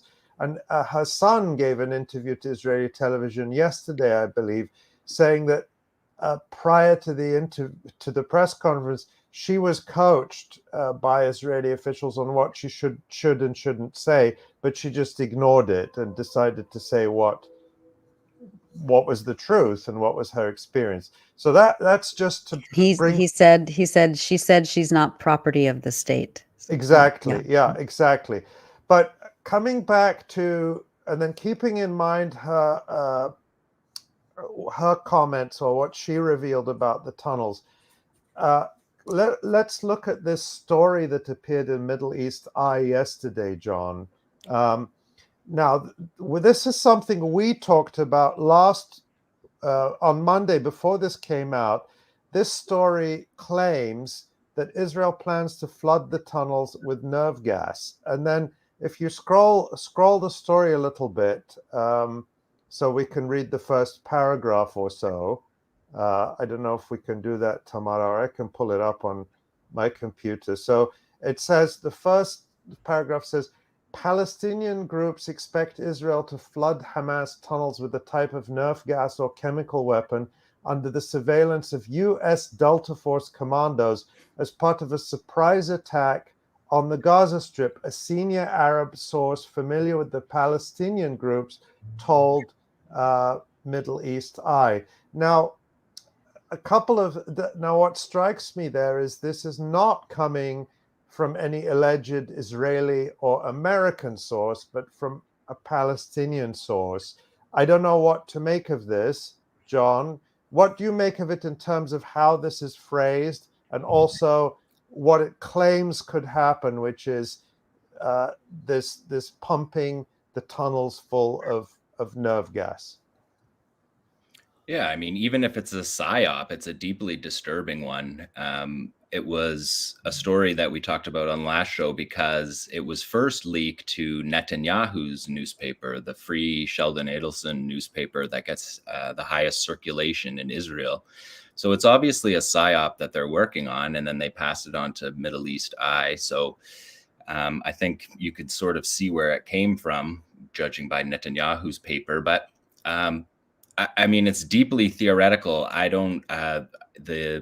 There's a bunch of things to say about it. The first thing I'd say is it's assuming that you're clearing the surface level. So it's assuming that you're fighting your way through the Gaza Strip into the tunnel area that you're trying to get to. So it assumes something right away that's very unclear at this point. It's very theoretical. The Israelis themselves say that their tunnel study is theoretical because they actually don't have any operational experience in the tunnel. Their soldiers are prohibited from entering the tunnels unless it's been closed at one end. So they don't have any operational experience in the tunnel. That woman, the lady released the other day, has much more operational experience in the tunnel than any Israeli soldiers, even close. So that's the first thing to say. And then it assumes that you're able to stay in that position and hold that position and move up and down through the tunnel, because the tunnel is a very difficult space to operate in. Like the lady said, it's a spider web, and a spider web implies that you have many turns, many forks. And so even if the soldiers can get down into the tunnel, it's very resource heavy to be down there because you have to guard with 2 soldiers each tunnel turn of this spider web that she's describing. Your radios don't work. It's dark. Your night vision goggles don't work because it's so dark down there. You don't know where you're going. If you send a robot ahead of you, you have to tell the robot where to go. So if you don't know where to go, the robot doesn't know where to go. And so if it was a single objective, as if like the Delta Force are trying to clear out the basement where they found the place they want to go, which itself isn't clear. Gilad Shalit was 6 years in the Gaza Strip, and the Israelis admit they never had a clue where he was at any point in that 6 years. So already we're making enormous assumptions on Israeli capabilities that they have never demonstrated before. So say it's one objective, it's one basement, it's one room that they're trying to get. Can you do 25 of those? Can you do 40 of those? It takes a company level amount of soldiers to handle these operations, 200 minimum, because the soldiers have to be constantly replaced because the air is difficult. It's dark, disorienting. It takes a long time to get down there. The tunnels, could be 30, 40, 70 meters deep, like 70 stories down, right? Like it's deep under the ground. And you're disoriented. The air is difficult. And then they have doors. They have doors on these areas that lead to the next area. Those doors could be closed, and then they have to be breached. So the Israelis have to go down in the tunnel, bring the explosives down with them. In the 2014 war, they were blowing up tunnel entrances with 11 tons of explosives. So now you're bringing all of those explosives from Israel. You're driving them through Gaza, presuming nobody's shooting at these, transfers. And then you're taking those extremely dangerous explosives down under the ground, and you're creating explosions where your soldiers are. You're risking tunnel collapses. The air is terrible.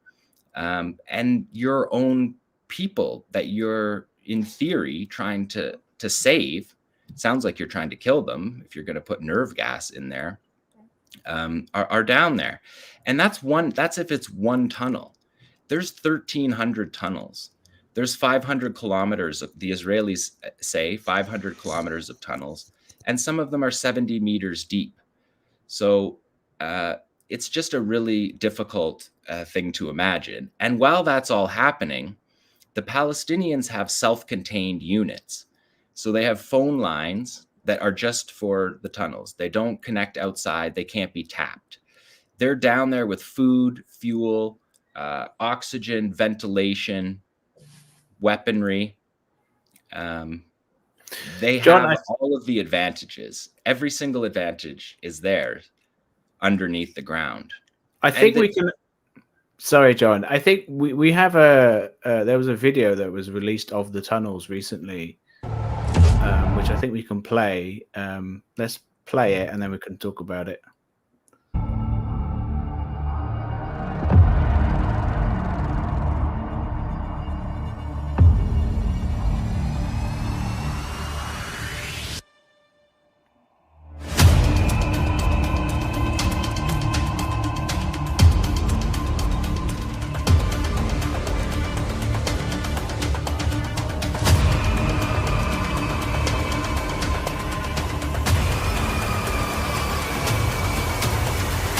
فأهلا وسهلا بكم.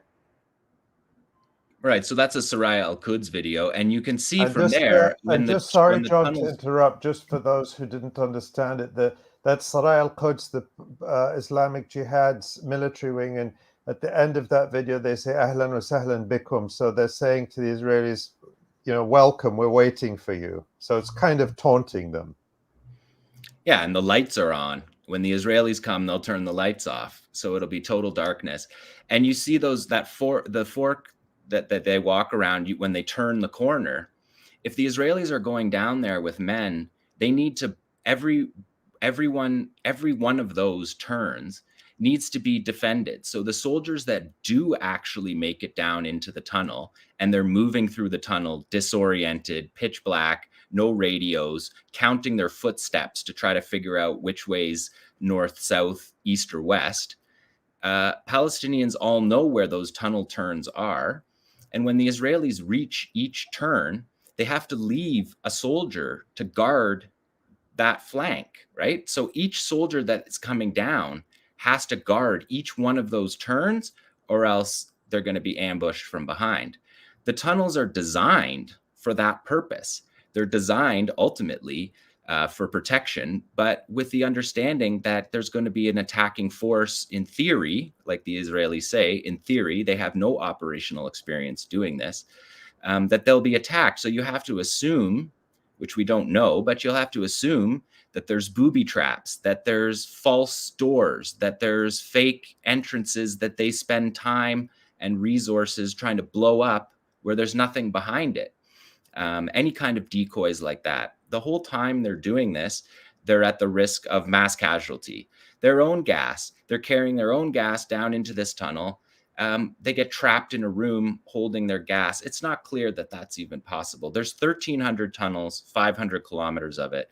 I don't think that you can have air sealing on the seal of the air enough for gas to penetrate something that's half the size of the New York subway system. It just seems like we're talking in real deep theory about the gas. But in talking about this disgusting story about the gas, we can learn about the tunnels, and we can also understand what Israel's sense is, because that's their dream scenario, that brutal war crime that the world would talk about for generations, gassing people underground.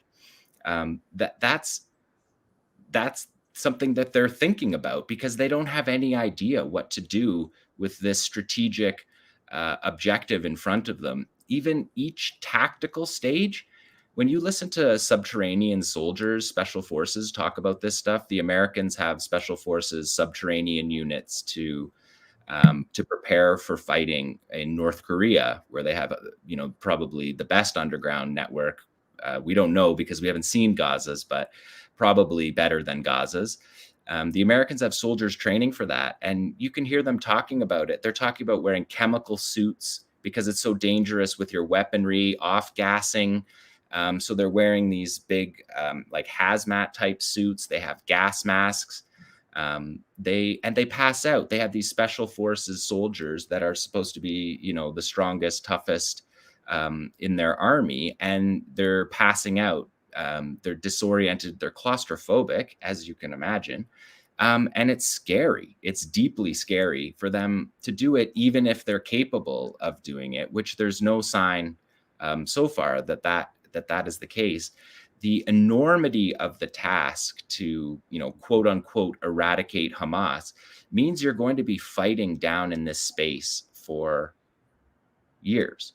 This is not a multi-day operation. But First of all, they did say that they're planning for a long war, though. So isn't this exactly what they're ready for? And Netanyahu yesterday gave a national address promising the Israeli people, yeah, there will be a ground invasion. It's all planned. We're ready to go. We're just, we're doing it in our own time. So is that all bluff, or is it? I mean, what you're saying and what they're saying are on opposite poles, so to speak. Well, I mean, I think they're saying the same thing. When you read their tunnel experts are saying the same thing, that it's not clear. IDC Herzliya, which is the leading security think tank, their tunnel specialist, IDF tunnel specialist, didn't see that this was a possible operation. American tunnel fighters, special forces, aren't saying that it's going to be that they've never seen it before. It's possible it happens. The Israelis have thousands of soldiers that have been training for more than a decade, special forces units that have trained only for this. They spend all their time training for this operation. And it's entirely possible that they are prepared for it. I'm just saying we haven't seen that. We haven't seen any record of that in any of these wars where tunnels were a factor. They were a factor in South Lebanon in 2006. They were obviously a huge factor in 2014. The two tunnel operations, the one in Shujaiya and the one in Rafah, basically ended the ground operation. They were both so spectacular, visions of defeat for the Israelis. They were chasing their soldiers down into the tunnels, assuming they had been caught. Going against the prohibition, and then they carried out the Hannibal Directive in both of those instances, because it's very difficult fighting. Because we're theorizing and speculating, my position is not that they cannot do it.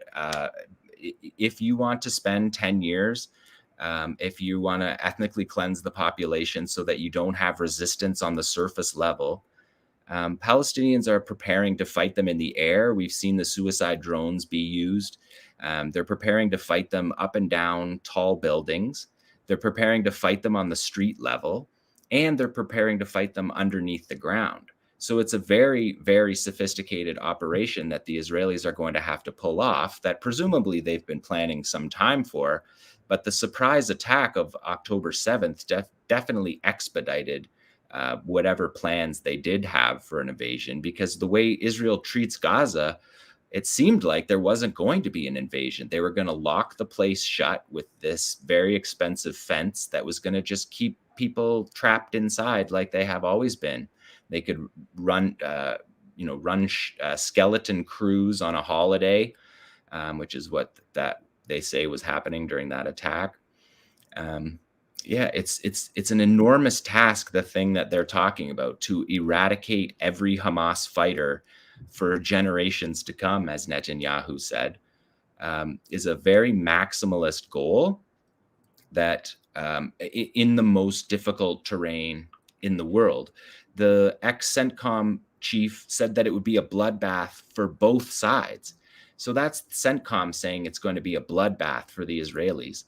And I don't think that they're not hearing that in those meetings with the Americans. I have to assume that they're aware of that. And I guess the supposition for the Israelis is that they believe that they will somehow, through intelligence or somehow, discover the place where the captives are held. And then it's just a single operation to get down into that room. But we don't know that they know where they are. And so, it seems unlikely. It seems unlikely that they would all be held in the same place as well. And they'll be in different places. They'll be above and below ground, and you'll have people preparing to fight. In that video that we saw, there's not enough room. You're single file. You're not bringing motorcycles down there, but Palestinians have motorcycles down there. You don't have command and control if you're the Israelis, because you can't use your radios underground, but Palestinians have command and control because they have secure phone lines, self-contained phone lines, which should give them command and control throughout the entire war, which at times the Israelis won't have, because when they're working in an urban environment, their radio signals are going to be blocked by high buildings and by the towers that they dropped on top of people. The concrete and rebar in people's lives are breaking up their radio streams and their vaunted network connectivity. It's a very, very difficult fight that they're promising.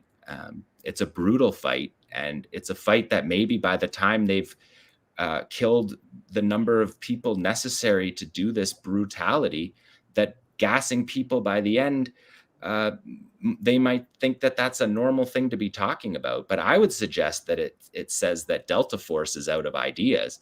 If they're using Delta Force as the as the ostensible authors of these plans, it seems to me to show a lack of a plan more than it does something reasonably possible. I think that we've seen gas used in the subway systems in Japan and in New York, and it impacts one station, but it doesn't penetrate down the line and go all through the entire network to such a degree that all the fighters fall dead and you just step over them on the way to save the day. You're exposed to that gas too, presumably. So it's difficult to know how they would do it, even if it was one objective. If they found the spot, it was one objective, they drilled down a hole, inserted it somehow with gas. It can't be done by flooding, which is the other part of that story. There's not enough pressure to do that. And it also presupposes that you can pre-position your infrastructure in the middle of a war zone for long periods of time, because the soldiers that go down in the tunnels, they need to be replenished. They need to rotate in and out, because you can't go down for long periods of time. They pass out. They're not good at using their breathing apparatuses. They only have an hour of air. There's all kinds of difficulties and all kinds of defensive advantages for the Palestinians in the tunnel network to fight.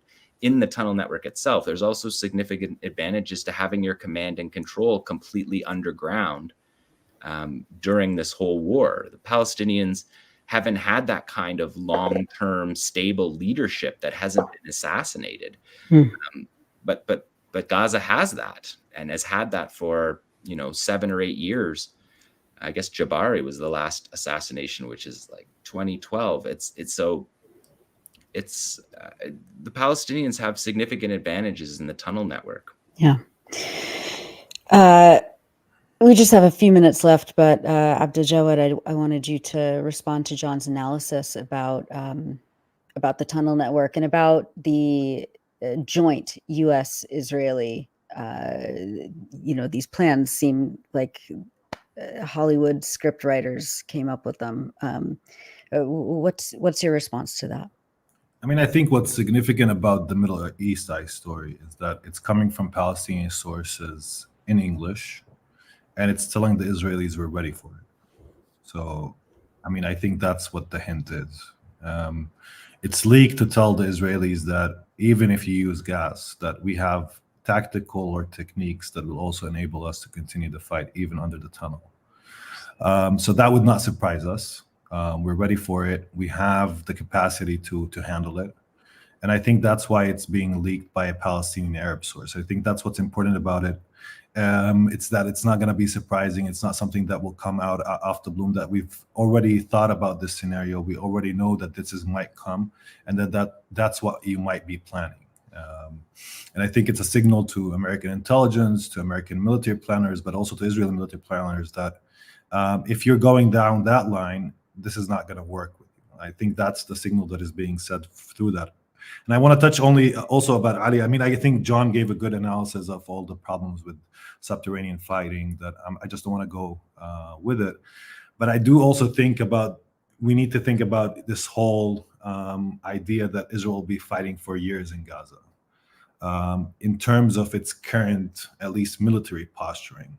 I don't think that it's possible. I think that you cannot sustain a situation where you're under duress from the Northern Front where you have to raise 360,000 reserve soldiers and not damage your country's economy, not damage your high-tech sector, not damage a sector that always needs to be updated, because a lot of these reserve soldiers work in the most sensitive areas in Israel's economy as well, and now they're being taken to war. I mean, and not to mention tourism as well. Who's going to go on vacation there? Yes, not to mention tourism, not to mention also all of the Israelis that are now displaced internally that want to go back to their homes and continue with their lives, not to mention the kidnapped people in the Gaza Strip and their families who want their sons and daughters to come back soon. There's a lot of pressures. I think that when we think about at least what the phase 1 and 2 of this campaign, when we talk about years, that maybe there's a political fight, a siege plan, something along that we will maintain operational capacity in terms of air power in the Gaza Strip and keep the pressure. Maybe they're thinking that way. But to sustain this current military posture that they have, it's not something they can sustain beyond a couple of months at maximum. Like if they're willing to sacrifice a lot on the altar of Gaza, and to try to change the equation. So I think that also thinking about the durability of campaign, we need to be more realistic about even Israel is clear. I think what they're doing is more of a diplomatic maneuver with their friends and allies rather than something that is actually concrete. I still do believe that they don't have a concrete strategy, that there's a lot of mixed messaging around. Maybe they're preparing some sort of surprise. I'm not sure. But I haven't really saw this discourse that we're gonna surprise with our grand maneuver. It's like going to a surprise birthday party that you already know that there's gonna be a birthday party. You're sending this message that we're gonna surprise you before surprising people, and I think that is always a bad also messaging happening at some point. So I think they're still in a frenzy. They don't know what to do. But what worries me the most is that they're creating a strategy of humanitarian crisis, and that they're continuing with their air assault, and they're giving the timeline by the international by their allies to continue with this onslaught and massacre, to pressure the civilians in Gaza to rise up against, for instance, the resistance. And I think that is the policy that is, at least we have witnessed until now. That's the only thing that the Israelis are doing at this point. Maybe that will change later on. Maybe they're willing to go in. But at this point of this war of attrition against civilians, it's a big problem from the Palestinian perspective, because you see this amount of death, as we talked about, continuing, and then this talk about the grand maneuver just becomes a strategic guise for the continuation of air bombardment that have no military value whatsoever, except placing pressure on a civilian population to somehow break down and Hamas's rule, or for Hamas to surrender without a fight, or Palestinian factions, Palestinian resistance more broadly. So I think that's the element that, at least for now, they're going and they're doing. And I think that what we should be focused on is also that it's that needs to stop. I mean, this onslaught, this massacre of civilians, and that's where I think everybody in the solidarity movement also should focus on. And yeah. Absolutely. So last thoughts, John and Ali, about what we've seen the last few days, and without speculating too much, what the next few days might look like. I just want to say that it's becoming untenable for this to continue. Even, it has continued now for 20 days, unspeakable massacres, day after day after day. And I believe there's been some signaling, even from the US, about humanitarian pauses, which, of course, is another way of saying ceasefire. But, I mean, in a way, if there is a so-called pause, I would hope that it would be very difficult for Israel to restart the bombing, and that's probably why they're not interested in a pause. But at this point, the urgency is to stop the bombing, stop the genocide. And I am just, I think really the only prospect of that is if the rest of the world, which is clearly horrified by what's going on, really uses whatever diplomatic and political muscle it has to impose that on the United States. Now, I don't see it coming any other way. And that just seems to me urgent. And I hope that the clear hesitation the Israelis have, I don't discount that they may well go in some sort of ground attack, whether it's larger or smaller or a series of operations, because they have, pinned their prestige to that whole idea. But I'm hoping that the knowledge or the sobering up, let's say, to the reality that there's not a lot they can achieve other than more death and destruction, will push towards ending this, because at that point, that just seems to me the priority, to end this slaughter. Yeah. And John, what are you going to watch carefully? Well, I mean, I would just say, like, throughout all of these attacks on the brutal, cowardly attacks on civilians, that the Palestinian resistance has been fighting this whole time. Yesterday, Qassam naval commandos came up on the beach at 𝐓𝐡𝐞 and fought it looked like for several hours inside Israel itself. They've launched long-range rockets on Haifa and Eilat, which are 150, 200 kilometers away. And they've demonstrated air defense capabilities, both man-portable air defenses and fixed air defenses. So we're seeing resistance that I don't think it doesn't get coverage in anywhere that I listen to in North America on mainstream media, that's happening constantly. Even in this intermediate period where Israel's, just carrying out brutal bombings and a siege. Yeah. I mean, I was just going to say, and also the resistance is leading a psychological campaign in terms of how it's throwing the rockets. It's allowing Israelis to live normal life and then disrupt that normal life. Right. And that return of normalcy also kind of cools down the drums of war in Israeli society. So there's kind of calculated use of its firepower, a calculated use of its psychological abilities, also in terms of what we saw with the prisoners being released, in terms of, discrediting this narrative that, the Palestinian fighter is profane.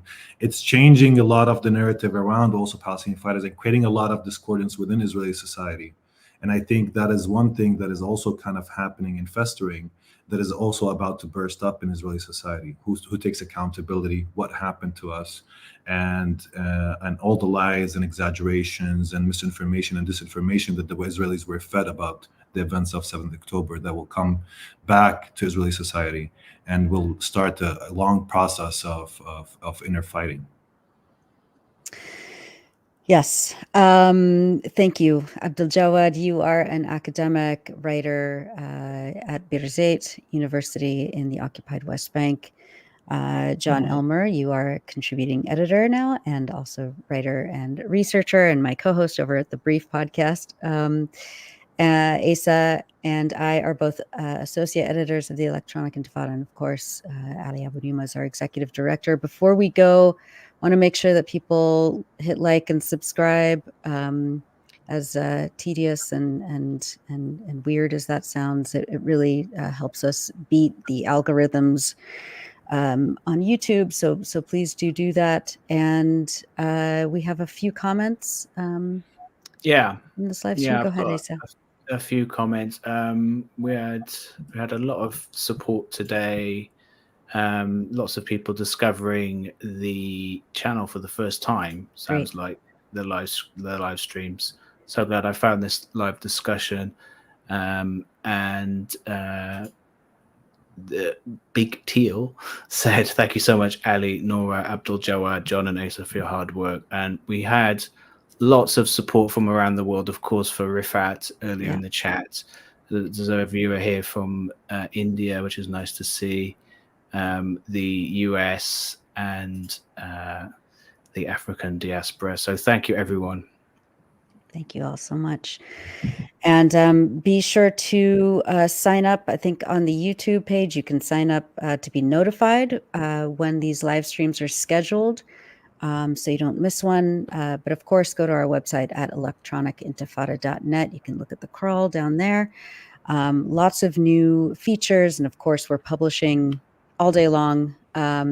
So be sure to check us out and sign up for our mailing list. And if I Yeah. can just say again, Yes. take the opportunity to thank everybody who has shown so much support for us. We are, our inboxes are flooded, and so we're very sorry that we haven't been able to get back to everyone.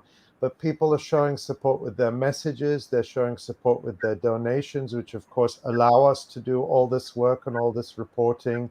And you also keep our spirits up. So, and we all need that. And I know I've had really touching messages from people telling us how this live stream keeps your spirits up, because it's so hard to go through this feeling alone, especially when we're awash in all the propaganda.